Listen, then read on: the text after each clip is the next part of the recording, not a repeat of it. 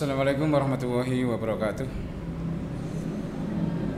Alhamdulillahi ala ni'matil iman wal islam. Wassalatu wassalamu ala asrafil anbiya wal mursalin wa ala alihi wa sahbihi ajmain. Amma ba'du.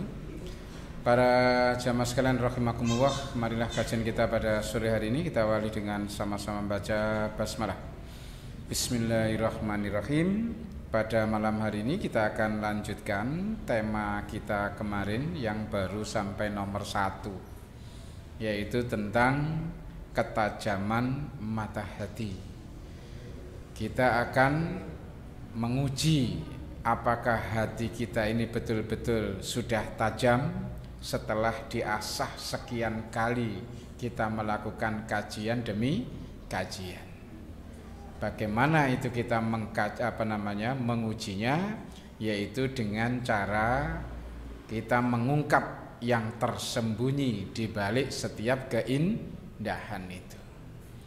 Apakah kita bisa membedakan keindahan yang tampil di depan mata kita itu, di depan mata kita pas, apakah hati kita memahami hakikat daripada keindahan itu?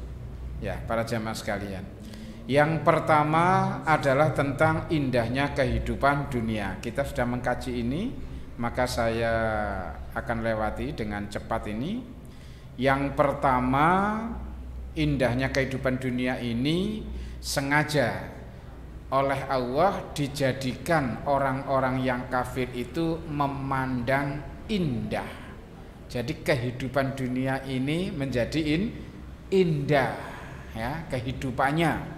Maka kira-kira kalau orang-orang kafir itu sudah memandang kehidupan dunianya indah, apa yang terjadi para jamaah sekalian? Dalam satu ayat ini, Al-Baqarah 212 ini, maka orang-orang kafir, wah ini Masya Allah, ibu-ibu tidak bisa lihat ini kalau nggak dibuka tabirnya. Nah, Masya Allah, dibantu ya, mas-mas yang muda-muda bisa dibantu itu bukakan. Ya, silahkan dibuka, tidak apa-apa, penuh tidak apa-apa, yang penting bisa melihat ini slide-nya. Dalam satu ayat 212 surat Al-Baqarah itu, maka ketika orang-orang kafir itu dijadikan cara pandangnya terhadap kehidupan dunia ini indah, maka orang-orang kafir itu memandang hina kepada setiap orang-orang yang beriman. Makanya di dalam surat Al-Mu'minun, orang-orang kafir itu mengolok-olok, menertawakan, sibuk melakukan ini semuanya, penghinaan kepada orang-orang yang beriman. Maka dari itu pada hari kiamat itu Allah berjanji apa?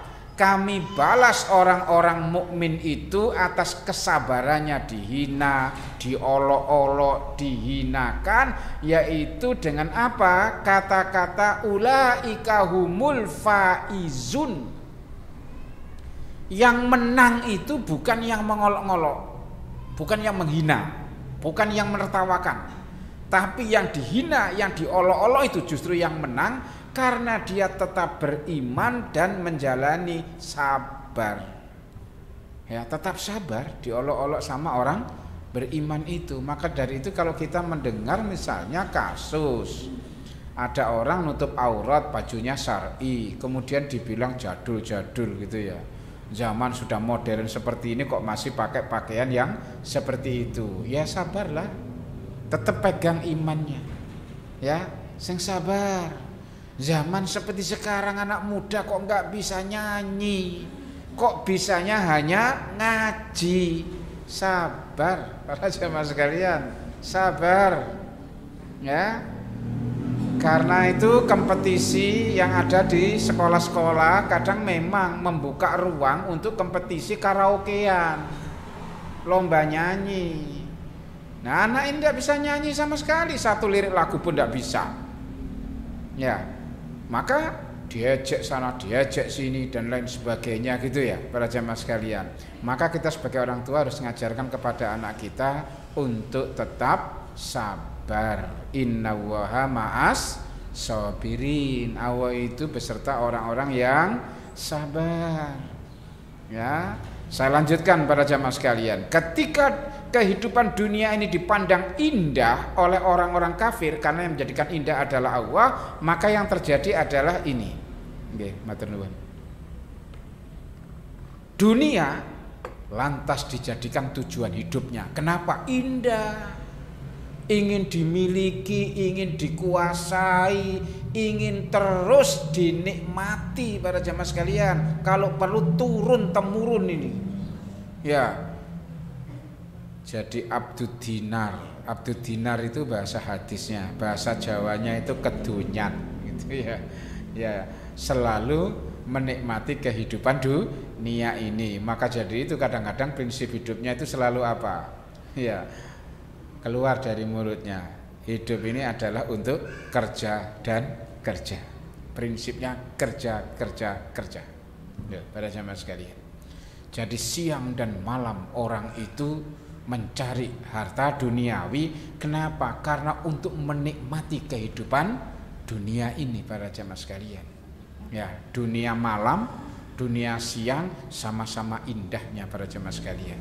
Maka mereka tidak lagi ya bisa tahu hakikat daripada kehidupan ini. Kenapa ini? Ya, para jamaah sekalian, orang-orang yang menghendaki kehidupan dunia dan perhiasannya dipastikan nanti di akhirat disediakan oleh Allah namanya apa?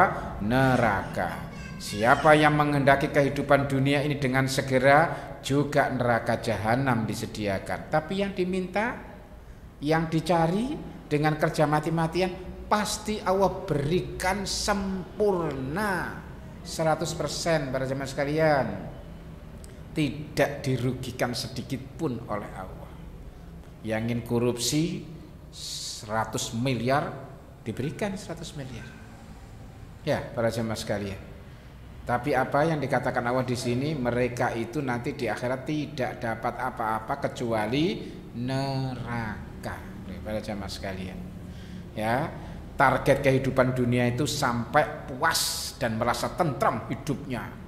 Apakah sampai orang itu berburu duniawi ini kemudian menjadi puas dan tentram? Tidak akan pernah sampai. Ini harus mancep ini ya dalam hati kita para jamaah sekalian. Karena Allah sudah mengingatkan alhaakumut takasuru hatta zurtumul maqabir. Numpuk-numpuk harta, gaya hidupnya materialis, kapitalis, beruah, bermewah-mewah. Kalau itu targetnya adalah puas dan hidup tentram, tidak akan ada, tidak akan pernah terjadi. Kenapa? Tamak, rakus, kedunyan itu nggak akan berhenti para jamaah sekalian. Terus saja, remnya cuma satu kata Allah, hatta zurtumul maqabir. Kalau mati tamaknya baru berhenti. Selama belum mati dia terus akan tamak, rakus para jamaah sekalian. Makanya tidak pernah dia menikmati. Kenapa? Selama hidupnya ini masih saja ingin menambah ini itu dan seterusnya, kurang saja. Bagaimana orang kurang terus itu bisa merasa tentram dan puas? Tidak ada. Ya, orang semakin kencang memburu duniawi ini, semakin tamak, semakin rakus, semakin gelisah para jemaah sekalian. Ya, kalau melihat orang lain, loh, kok tetangganya itu kaya, tiba-tiba dadak lagi, rumah direhab tingkat-tingkat, wah, kendaraan muncul di situ harganya mahal, itu mesti kebakaran jenggot itu para jemaah sekalian. Ya, istilahnya itu. Ada apa ini? Maka suudonnya yang muncul, jangan-jangan ini rampok ini. Kalau pegawai, jangan-jangan dia korupsi. Nah kalau nggak punya jabatan, bukan status pegawai, jangan-jangan ngingut doyol ini. Nah, banyak akhirnya pada jamaah sekalian. Ya, orang kaya mendadak seperti televisi itu loh, banyak yang kaya mendadak generasi muda itu. Ternyata apa? Bisnis online menipu itu loh para jamaah sekalian. Luar biasa loh, bukan hanya miliaran loh, sampai triliunan loh kekayaannya. Ini kan luar biasa para jamaah sekalian. Tapi berakhir bagaimana loh? Kasihan kan? kita melihat semuanya masuk jeruji besi itu. Ya, para jamaah sekalian, sama kan dengan nasib yang tidak baik di akhir hidupnya seperti siapa? Seperti Fir'aun, Haman, Korun, itu harus menjadi rujukan kita para jamaah sekalian. Ya, yang berburu dunia ini pasti akan tertipu seperti tadi yang saya bacakan, wa mal hayatud dunya illa mataul ghurur. Kehidupan dunia ini kenikmatan, kesenangan yang menipu. Semakin diburu siang dan malam, semakin jauh tertipu. Mana ada para jemaah sekalian orang tertipu kok hidupnya tentram? Enggak ada itu. Mesti gelisah itu para jemaah sekalian. Ya, sudah semua kekayaan duniawi itu sampai status konglomerat nomor 1 dunia, masih belum juga mencapai yang namanya kepuasan dan ketentraman. Bahkan Bapak Ibu sekalian kalau perlu buka buku ya yang sudah diterjemahkan ini bukunya, Mengapa Saya Masuk Islam? Ya, mereka ini banyak orang barat ini yang sudah sukses secara duniawi, tapi menanyakan what is Islam? Mauwal Islam? Apakah Islam itu? Dia menanyakan itu. Ya, kemudian gak tertarik sudah, terus saja kedunyan gitu ya, tamak rakus terus. Setelah semuanya sudah di tangannya, dia menanyakan lagi, what is life? Mal hayat? Apakah sebenarnya kehidupan ini? Orang-orang yang tadi umat Islam inginnya masuk surga, loh, hidupnya dunianya sengsara, cita-citanya ingin masuk surga. Lah saya sudah dapat apa semua yang saya nikmati, yang mereka inginkan ini sudah dapat saya. Loh, dianggap semua duniawi ini adalah sama dengan nilai surgawi para jamaah sekalian. Ya, maka dari itulah ketika mereka mendapatkan kehidupan dunia ini semu, ya, maka mereka sudah mulai menanyakan tentang hal-hal yang tidak pernah diingat-ingat, diiling-iling, dipertanyakan, dikritisi. Sesungguhnya hidup ini apa? Muncul informasi dari orang sana sini, termasuk dari Islam. Ya, makanya mereka setelah mendengar Islam punya konsep tentang kehidupan ini seperti alladzi khalaqal mauta wal hayata liyabluwakum ayyukum ahsanu amala. Itu surat Al-Mulk 2 ya, ayat 2, atau di surat Al-Kahfi. Ya. Wa ja'alna ma'al ardi zinatan laha linabluwahum ayyuhum ahsanu amala. Tetap amal ya yang menjadi targetnya. Maka semakin banyak mengakses informasi, kemudian petunjuk Allah datang. Mereka dengan kajian demi kajian yang diikuti membawa kepada perubahan keyakinan. Akhirnya mereka masuk Islam. Makanya mereka ditanya mengapa masuk Islam, semuanya testimoni, semuanya cerita, semuanya memberikan prosesnya seperti apa. Loh, itu kalau bukunya kita baca itu menarik. Orang lain aja mau masuk Islam loh para jamaah sekalian. Ya, setelah masuk Islam itu rajin ngajinya. Ngajinya tidak hanya hafalan, tidak hanya tadarus, tapi tadabbur ayat seperti kita ini. Makanya tasnya yang dibawa kemana-mana itu selalu isinya tafsir. Loh, kenapa? Seneng, mancep itu Al-Quran itu. Tidak ada bacaan yang menginspirasi, memotivasi hidup saya kecuali Al-Quran ini. Itu menarik para jemaah sekalian. Kalau kita baca, kalau nggak mau, ya nggak mau baca buku itu bisa buka YouTube. Silahkan di YouTube dibuka mengapa aku masuk Islam, atau tentang mu'alaf di Eropa, mu'alaf di Amerika. Itu nanti ada muncul orangnya sekaligus kata-katanya, tapi biasanya kata-katanya pakai bahasa mereka ya. Kemudian kita harus mengejar membacanya bahasa teks. Ini yang repot ini, antara melihat orang dengan melihat teks. Kadang-kadang kalah cepat kita, ganti lagi gitu ya. Itu para jemaah. Tapi tidak apa-apa lah, itu bisa menginspirasi kita untuk apa? Kita bisa teguhkan diri kita ini. Orang lain aja kayak begitu kok. Kita yang masuk Islam sejak lahir, masa kalah dengan mereka? Sampai mereka itu ada yang akhirnya apa? Kuliah untuk apa? Hifdzul Quran. Ya, sampai kuliah khusus menghafalkan Al-Qur'an. Lah kita kadang nggak tertarik sampai hari ini. Ya, mereka sudah ada yang punya anak-anak itu, mereka sudah berkeluarga, tapi semangat untuk masuk college. Ya, suatu lembaga pendidikan untuk menghafal Al-Qur'an. Kenapa? Karena ini yang membuat dia cerah dalam menghadapi kehidupan ini, para jemaah sekalian.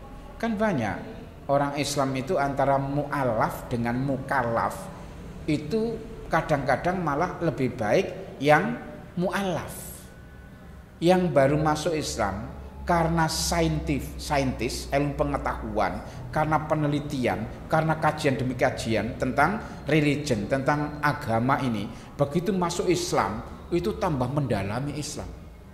Sementara mukallaf, Islam yang mukallaf kita ini kalau udah dewasa, akil balik, karena masuk Islam sejak lahir gitu ya. Kemudian tidak ada pencerahan, ngaji ndak mau, mengkaji ndak mau. Loh, terus tahu apa tentang Islam, para jamaah sekalian? Akhirnya terjebaklah Islamnya itu seperti yang saya jelaskan di sini. Apa? Dia terjebak di fondasi, belum membangun keislamannya. Bunyal Islamu ala khamsin. Islam didirikan di atas 5 perkara. Nah ini ada yang saya ilustrasikan kayak begini ini. Ini Islamnya, lepeknya ini adalah fondasinya. 5 perkara rukun Islam, ini Islamnya. Loh, sama-sama tahu kan? Lepek ini 5 perkara rukun Islam, mulai dari syahadat sampai menunaikan haji, kan tahu semua itu. Orang hanya memahami Islam itu ya 5 ini. Ininya nggak dipikirkan ini. Islamnya dibangun di atas pondasi ini. Ya, para jamaah sekalian, maka orang ini nggak terpikirkan oleh yang namanya beragama yang terbaik itu seperti apa sisi Allah. Ngaji ya nggak mau, karena ngaji itu bagian dari keislamannya. Ya, silaturahim, amar ma'ruf nahi mungkar, jihad fisabilillah, mengentas kemiskinan. Ya, ini orang-orang yang ke Turki ini, LSM yang kesana itu bagian dari membangun keislamannya. Loh, para jemaah sekalian, menyembah Allah, ya, kemudian apa? Baca Quran one day one juz. Loh, ini bagian dari keislamannya semuanya. Yang tahajud, yang duha, ya, dan seterusnya. Orang ini terjebak hanya apa? Sholat jamaah 5 waktu, kemudian sudah menunaikan ibadah haji, sudah merasa cukup Islamnya seperti itu. Ini orang yang terjebak di fondasi, para jemaah sekalian. Makanya seringkali orang seperti ini tidak menikmati apa yang disebut Islam sebagai rahmatan lil alamin. Islamnya belum dibangun, hanya sampai fondasi. Maka nggak merasakan seperti kita saat ini. Ini kan bangunannya, fondasinya di bawah. Ini bangunan. Maka ketika malam seperti ini, coba lihat, kita kedinginan Enggak kedinginan. Kenapa? Ada dindingnya, ada tiangnya, ada pintunya, ada atapnya. Kalau siang enggak kepanasan, kalau hujan enggak kehujanan. Kenapa? Ada payungnya. Islam itulah payungnya. Bukan di fondasinya saja. Kalau di fondasinya panas kepanasan, hujan kehujanan, para jamaah sekalian. Ya, inilah maka perlu supaya kita ini memahami di antara hal-hal yang terasa indah oleh kita. Baik, ini para jamaah sekalian, cara pandang yang benar. Kehidupan dunia hanyalah permainan dan sendauguro serta menipu. Ini ayatnya sudah Al-Hadid. Ya, tadi saya baca dalam imam tadi ya.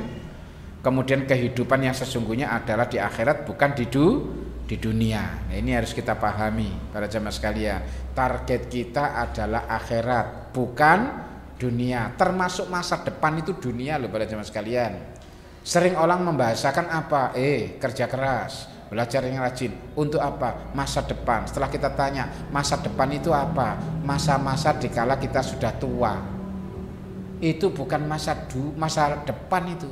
Masa depan kita itu akhirat, para jamaah sekalian. Makanya kehidupan dunia ini sampai kita mati umurnya berapa, itu semuanya adalah episode dunia. Masa lalu, masa sekarang, masa yang akan datang ketika kita sudah tua, semuanya adalah era dunia.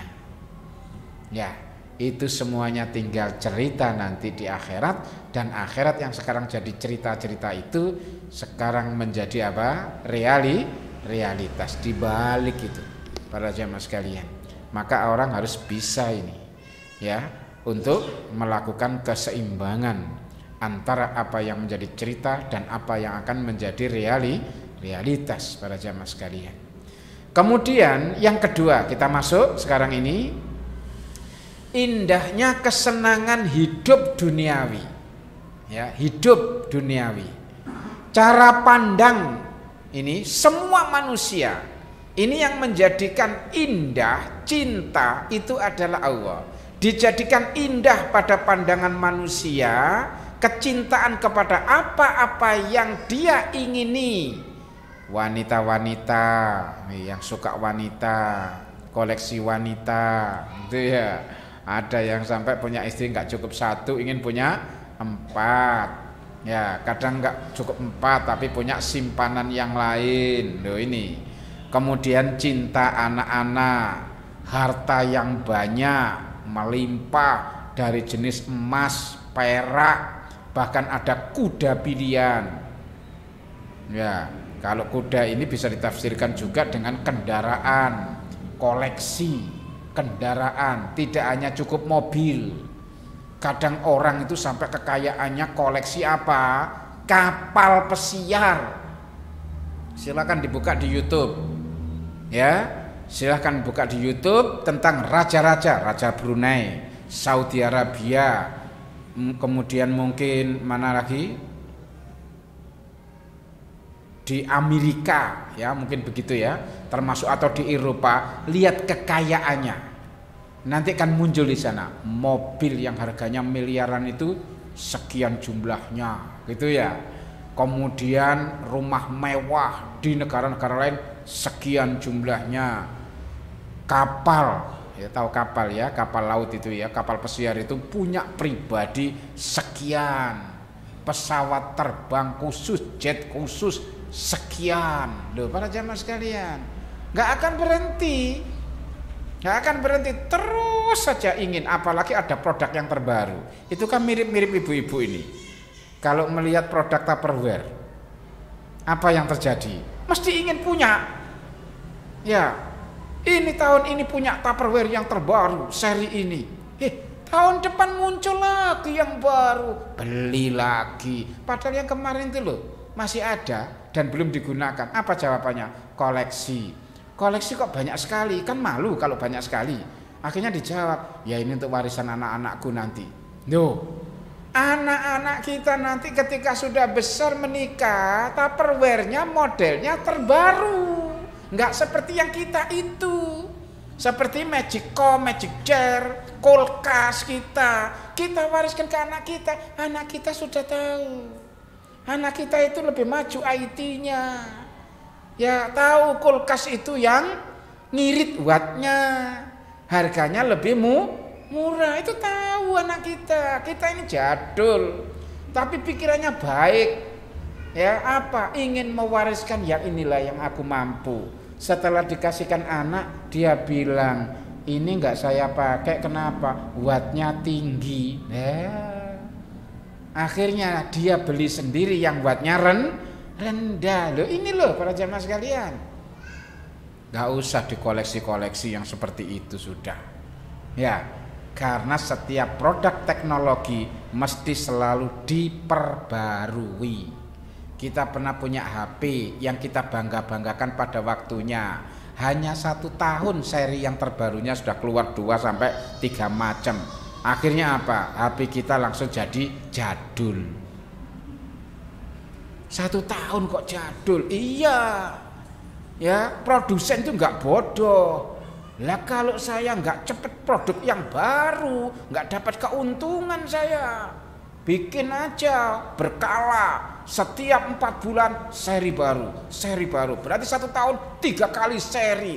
Yang seri 0 tadi sudah jadul, kalah dengan seri 1, seri 2, apalagi seri 3 loh para jamaah sekalian. Perhatikan aja lah, Honda saja, Honda itu loh. Ya, kendaraan mobil Honda. Itu macamnya ada berapa? Macamnya loh ya. Setiap macam itu diproduk seri-serinya terus. Ya, selalu CR-V diuji lagi, seri baru, sampai seri terbaru. Innova yang lama kayak begitu, yang kita mungkin kepingin tapi nggak keturutan. Tiba-tiba sekarang muncul sudah serinya itu lebih dari 5 macam. Yang dulu belum kelar dapat, yang sekarang malah harganya lebih mahal. Loh, para jamaah sekalian, dulu pajaknya hanya 3 juta, sekarang sudah 8 juta. Gimana? Ya, itu loh para jamaah sekalian. Bukan main kita ya, perubahan duniawi. Kemudian perilakunya suka hidup mewah dan megah. Loh ini loh para jamaah sekalian. Kalau orang sudah memandang kesenangan hidup duniawi ini, yang terjadi adalah ini, koleksi betul. Emas, perak, kuda pilihan, binatang ternak, masya Allah.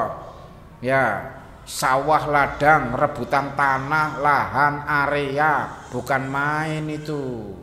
Kong kali kong dengan apa? Pejabat, supaya apa? Tanah di sana supaya tak beli, untuk tak bikin yang namanya ruko, tak bikin mall, tak bikin ini itu dan lain sebagainya. Rebutan tanah ini pada jamaah sekalian.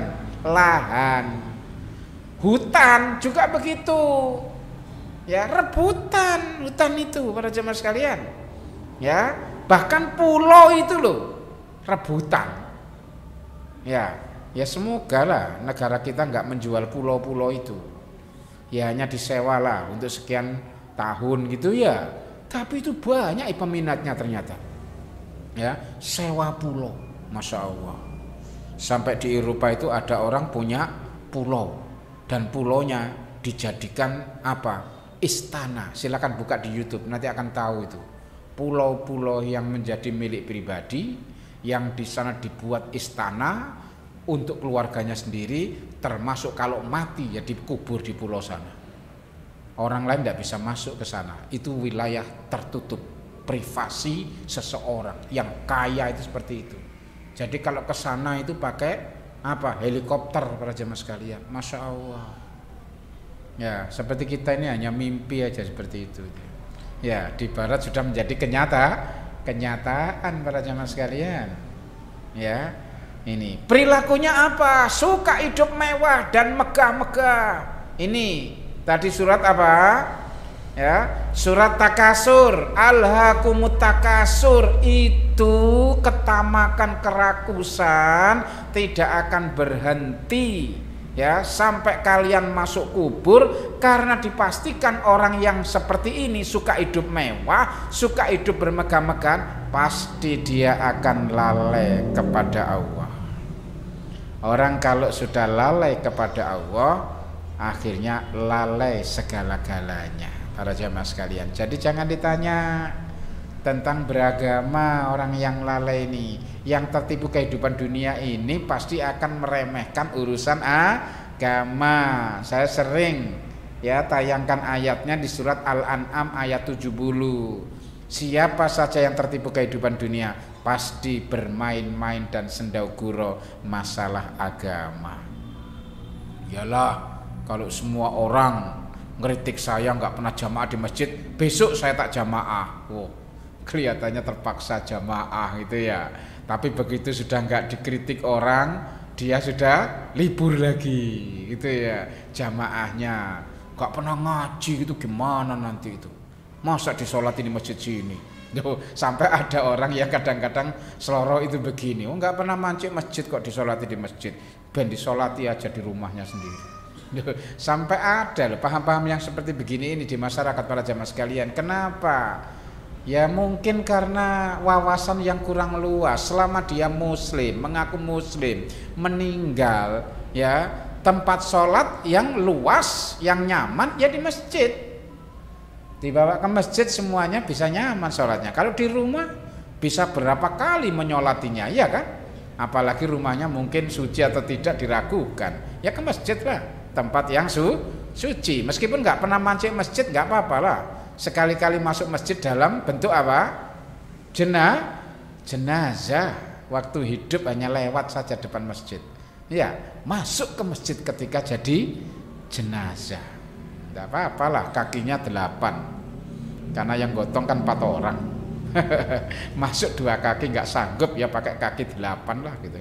Masuk di sini untuk apa? Bukan sholat tapi disolati, ya para jamaah sekalian. Naudzubillah min dzalik, ya para jamaah sekalian. Ini Allah mengingatkan di sini sampai 3 kali, ya para jamaah sekalian. Kalla saufa ta'lamun, 1. Summa kalla saufa ta'lamun, ya. Kemudian berikutnya kalla, ya, lau ta'lamuna ilmal yakin latarawunnal jahim. Ini, janganlah begitu kelak kamu akan mengetahui akibat perbuatanmu itu. Janganlah begitu kelak kamu akan mengetahui. Janganlah begitu jika kamu mengetahui dengan pengetahuan yang yakin, niscaya kamu benar-benar akan melihat neraka jahim. Dan sesungguhnya kamu benar-benar akan melihatnya dengan ainul yakin. Kemudian kamu pasti akan ditanya pada hari itu tentang kenikmatan yang kamu bermegah-megah. Loh, para jamaah sekalian, saya kadang-kadang ya nggak sengaja buka televisi kok melihat berita muncul. Apa itu? Generasi muda itu mulai ngerampok, jambret, garong, begal. Ternyata uangnya untuk minum-minuman, untuk berfoya-foya. Ya ini tuntutannya para jamaah sekalian. Gagalnya sebuah pendidikan keluarga itu, ya ini diantaranya dampaknya, ya. Sehingga selalu gelak nih hatinya siapa? Orang tua ngelus dada terus, gelo, ya, terhadap perilaku anak. Itulah yang dulu saya sebut gagalnya pendidikan keluarga, membuat orang tua di dunianya saja sudah kecewa, apalagi nanti di akhirat. Makanya sekarang jadi orang tua harus mau ngrekso, mau ikhtiar, mau usaha, mau berkurban demi anak itu jadi soleh dan solihah. Para jamaah sekalian, coba Mas Haris itu sampai anaknya dipangku itu. Nah itu karena apa? Ya, kalau mangku tempat wisata lain lagi loh. Ini ngaji loh ini. Wis jelas ngaji duduk manis itu. Enggak main-main itu. Kalau di tempat wisata kan main-main. Di belakang itu juga begitu. Ya, bapaknya gendong. Masya Allah. Ya, semoga masuk di dalam ridho Allah doa saya ini. Semua orang yang ikut kajian saya dimudahkan Allah untuk memahaminya, dimudahkan untuk mengamalkannya, dimudahkan untuk mengajarkannya, dan dijadikan ahli Quran yang dimasukkan ke dalam surga karena Quran. Termasuk yang kecil-kecil ini, ya, semoga mereka menjadi kader-kader ahli Quran yang akan berjihad fisabilillah untuk mengajarkan Al-Quran, hafal Quran, soleh, solihah, ya, dicintai Allah, kemudian mengajarkan Quran, ya, dia sendiri dapat syafaat dengan Qurannya, orang tua diberi mahkota, ya, karena anak belajar Al-Quran, mengamalkan Quran, mengajarkan Quran, orang tua di akhirat diberi mahkota yang sinarnya tembus ke langit, yang dipertanyakan oleh orang lain karena melihat orang tua ini pernah berbuat dosa. Maka dijawab, aku mendapatkan ini karena anakku aku ngajikan. Itu ada Husain Tobai, ya, yaitu anak dari Iran, ya, yang hafal Quran, yang itu ada videonya, ya, judulnya adalah Mukjizat Abad 20, hafal Quran itu ngalahkan komputer. Tahu halamannya, jumlahnya. Kata Allahu itu berapa di Quran jumlahnya? Tahu dia jumlahnya. Allahi ada berapa? Allah, ha, hu, hi ada berapa? Dia tahu dan dia bisa menyebutkan di surat ini, ayat ini, halaman sekian, bagian atas, tengah atau bawah dia tahu. Makanya disebut dengan mukjizat abad 20. Dia mendapatkan gelar doktor honoris causa dari beberapa negara. Saya punya kasetnya, ya, CD-nya punya. Itu menginspirasi sampai dengan dia diuji pakai bahasa apa? Bahasa isyarat tangan. Begini. Nah, dia dari sana, di atas kursi kayak gini masih main-main saja, ya. Bapaknya di sini, ulama pengujinya di sini. Ulamanya bilang, coba ayat yang saya tunjuk ini tunjukkan ke bapaknya ini, suratnya ini, ayat sekian. Sudah ya? Tahu bapaknya? Oke, sudah. Semuanya ulama membuka Quran. Tahu ini yang nanti kita tanyakan. Bapaknya langsung begini kepada anaknya yang di sana itu, kira-kira 10 meter di sana. Langsung bunyi ayat itu. Semuanya bertakbir.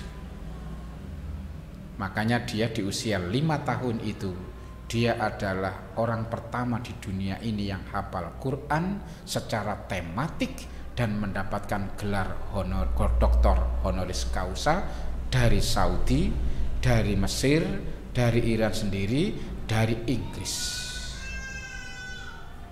Luar biasa ini. Jadi pada waktu anak ini masih di dalam apa?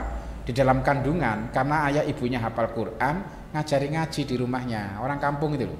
Ngajari situ hafalan Quran semuanya. Kalau lagi apa? Meninak bodohkan anaknya itu ya, mau nidurkan itu selalu melafadzkan ayat-ayat Allah. Sehingga anaknya ini hafal dalam waktu yang singkat. 5 tahun, tidak seperti orang Indonesia yang biasa hafal saja, tapi hafalannya sudah tematik sampai. Saya kalau lagi rindu kangen gitu ya buka itu. Masya Allah, ya Allah, ya Allah, hanya bisa begitu saja. Anak ini mengalahkan komputer. Komputer itu hanya cik, jumlahnya sekian, dia sudah menyebut lebih dulu. Ya, inilah yang disebut dengan mukjizat abad 20 para jamaah sekalian. Ya, ini perilakunya hidup suka bermewah-mewah. Dampak keinginan hidup mewah itu apa? Ini para jamaah sekalian. Dipastikan orang ini akan berbuat zalim dan dosa, apapun bentuknya. Ini sudah menjadi ketentuan Allah para jamaah sekalian. Orang yang ingin hidup mewah di dunia ini pasti akan terjebak, yaitu kedzaliman para jamaah sekalian. Itu sudah menjadi sunnatullah. Kecuali orang-orang yang beriman. Tapi orang beriman tidak akan ingin hidup mewah-mewah. Masalahnya di situ, beriman tidak ingin hidup mewah-mewah. Yang hidupnya ingin mewah-mewah siapa? Mesti orang-orang yang tidak beriman, masalahnya para jemaah sekalian. Jadi orang mukmin nggak melakukan ini. Ya takut, mau korupsi takut gitu ya. Mau bisnis judi online ya takut. Melakukan kedurhakaan dalam negeri. Loh para jemaah sekalian.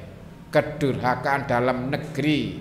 Ya, jika kami hendak membinasakan suatu negeri, kami perintahkan kepada orang-orang yang hidup mewah di negeri itu supaya mentaati Allah. Tetapi mereka melakukan kedurhakaan dalam negeri itu, maka sudah sepantasnya berlaku terhadap perkataan atau ketentuan kami. Kemudian kami hancurkan negeri itu sehancur-hancurnya. Loh para jemaah sekalian.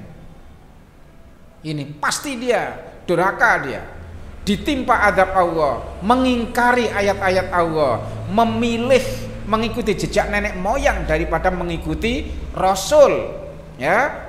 Dan kami tidak mengutus sebelum kamu hai Rasulullah SAW, Nabi Muhammad SAW, seorang pemberi peringatan pun dalam suatu negeri, melainkan orang-orang yang hidup mewah di negeri itu berkata, sesungguhnya kami mendapati bapak-bapak kami menganut suatu agama dan sesungguhnya kami adalah pengikut jejak-jejak mereka. Gak mau mengikuti Rasul. Ya, inilah diantaranya pernik-pernik orang berdakwah itu, ngajak itu ndak mau. Muslim diajak pakai Quran nggak mau, tapi kalau diajak untuk mengikuti budaya nenek moyangnya yang musyrik, senang sekali. Loh, ini pernik-pernik ya, yang kadang-kadang menguji mubalik itu harus sabar. Ya, makanya Rasulullah diingatkan, innaka lan tahdi man ahbabta walakinna wa yahdi may yasha. Bukan kamu yang berikan petunjuk kepada mereka, tapi Allah, karena petunjuk itu milik Allah. Ya, kamu itu hanya apa? Illal balagul mubin, sampaikan dan jelaskan. Wes sampai di sini. Bukan menjadikan mereka itu mendapat petunjuk. Allah itu urusan Allah itu. Makanya Rasul selalu menyampaikan, menjelaskan. Ya sudah, tu'minu aula tu'minu di Quran itu. Kalian itu akan beriman atau tidak. Ya terserah. Ya, Allah sudah menyediakan untuk orang-orang yang tidak beriman itu azabnya ini dan seterusnya. Baca Mas sekalian. Ya, ini nomor 6, masuk neraka. Ini Mas Haris, ya saya minta yang file pertama saja yang di share. Itu ada 2 file, saya kirim WA tadi ya ke Mas Haris. Jadi file yang pertama yang di share ke jamaah. File keduanya karena masih agak panjang lagi, itu yang nanti akan kita teruskan untuk yang akan datang insya Allah ya. Semoga kita masih bertemu kembali dalam keadaan sehat dan penuh dengan kesalehan. Semoga mendapatkan keridhaan Allah Subhanahu wa taala. Amin. Allahumma amin. Demikian kurang lebihnya mohon maaf. Kita tutup dengan sama-sama baca doa kafaratul majlis. Subhanaka Allahumma wa bihamdika asyhadu an la ilaha illa anta astaghfiruka wa atubu ilaik. Walhamdulillahirabbil alamin. Wassalamualaikum warahmatullahi wabarakatuh.